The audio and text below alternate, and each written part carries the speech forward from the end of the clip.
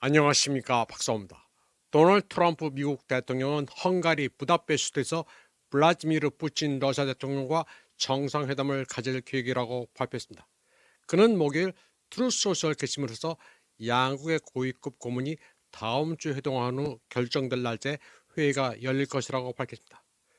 트럼프는 첫 회의에 참석하는 워싱턴 대표단은 국무장관 마르코 루비오가 이끌 것이라고 말하며 장소는 아직 결정되지 않았다고 덧붙였습니다.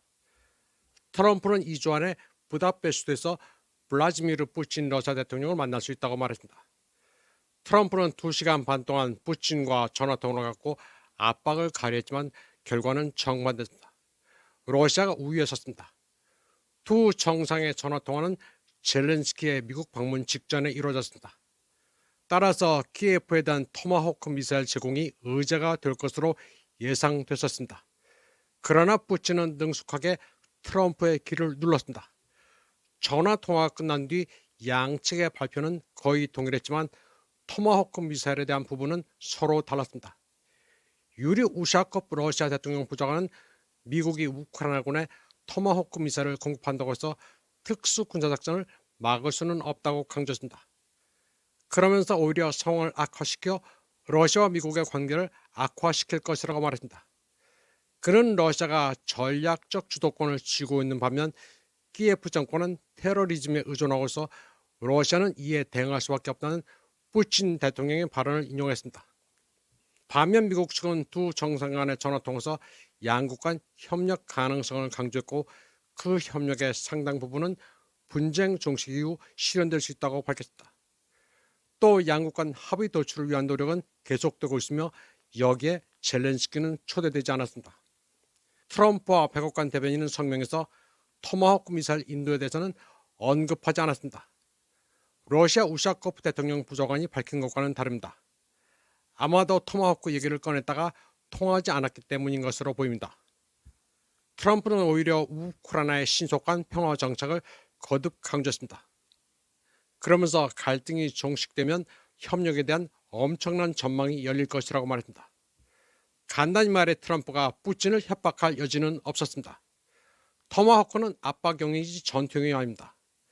키예프에 줘봐야 모스크바를 기분 상하게 할 뿐 전황을 바꾸지 못합니다. 트럼프는 오히려 키예프에 줄 토마호크 미사일이 없다고 선을 그었습니다.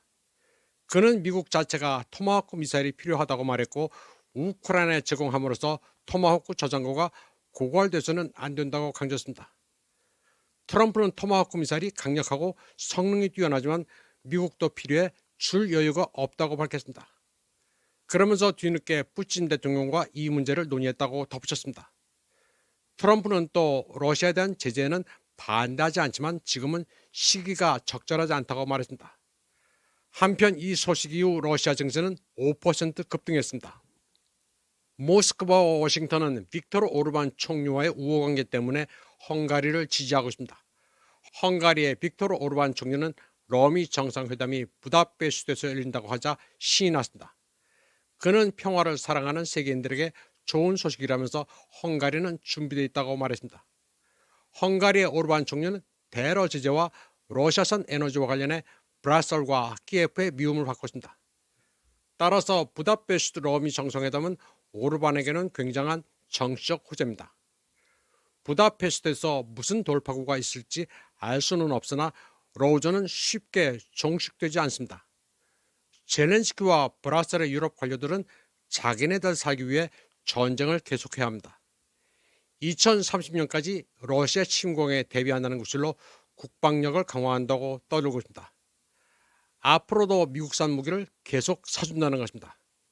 워싱턴도 다 낡은 무기들을 유럽에 바가지로 떠넘겨 돈을 벌어야 합니다. 그리고 러시아로서도 특수 군사작전의 목표가 달성되기 전까지는 굳이 분쟁을 끝낼 필요가 없습니다. 러시아 역사를 봤을 때 지금까지 3년 반은 긴 전쟁이 아닙니다. 이번 방송은 여기까지 하겠습니다. 시청해주신 여러분 감사합니다.